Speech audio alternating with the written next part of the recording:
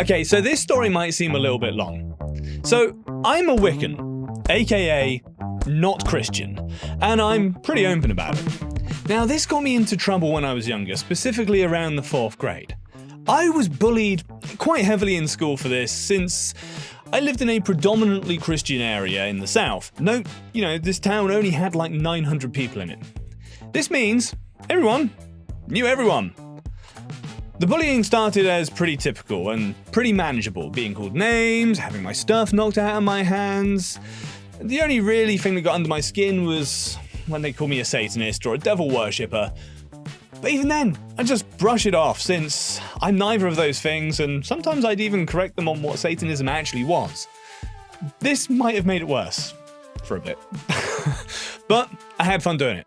Well, one day I guess I must have done something these kids really didn't like, because they managed to talk their older siblings into following me home to beat me up.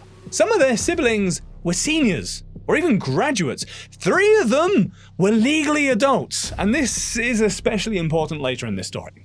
As a kid, I had no sense of danger, and I just took them following me as, well, they just happened to be going the same way as me. But I was still moving pretty fast. I was moving pretty fast because we'd just got a Wii, and I wanted to play Mario. Well, I managed to get to my yard, but not much further than that when my backpack got grabbed and I was pushed to the ground. These teens were now beating me, and they were not pulling any punches either. Well, I guess my mum heard the noise and she came rushing outside. They ran off after that. My mum picked me up and had to take me to the emergency room. I had 2 fractures in my nose and a broken arm.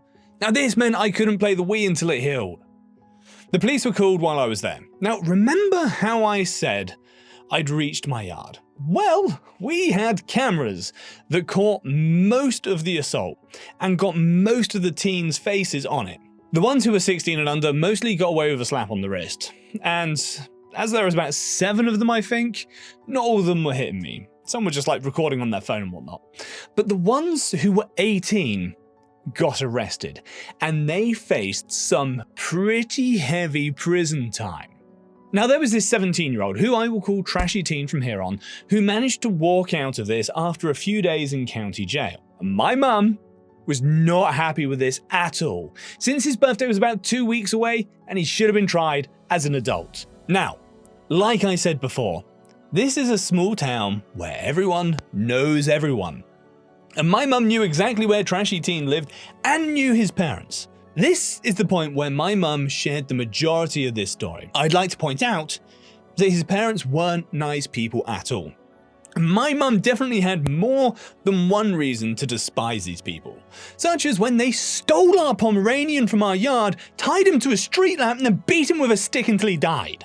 The fact that their son broke my bones sent her off the edge with this family, and I think the final nail in the coffin for them was actually bragging about how their son got away with beating up that heathen boy at the local stores and on social media.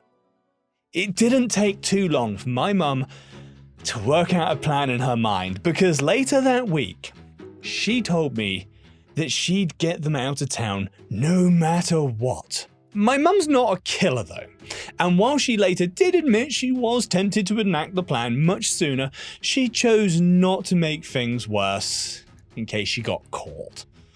She waited for 2 months. This is until summer break hit. Now, Trashy family was not one to be quiet about big plans, since they loved to brag about how they had so much money, more than anyone else in town, and would always announce when they would be going on vacation, where they'd be going, and how long they'd be going for. This was it. Mum's golden opportunity. She made sure everything was set, checked around Trashy family's neighborhood and houses for cameras, made sure that she had a place that she wouldn't be seen. And on the last day of Trashy family's vacation, as I said, they'd even announced how long they were going away for. She went down at night and set their house on fire. This small town didn't have its own fire station. The nearest one was 45 minutes away. By the time the fire truck got there, the damage had been done. Most of their house was completely destroyed. Just like clockwork, the next morning, they arrived to see the destruction. You could hear the screaming 3 blocks away. My mum just sat in her chair, drinking coffee and watching the Golden Girls.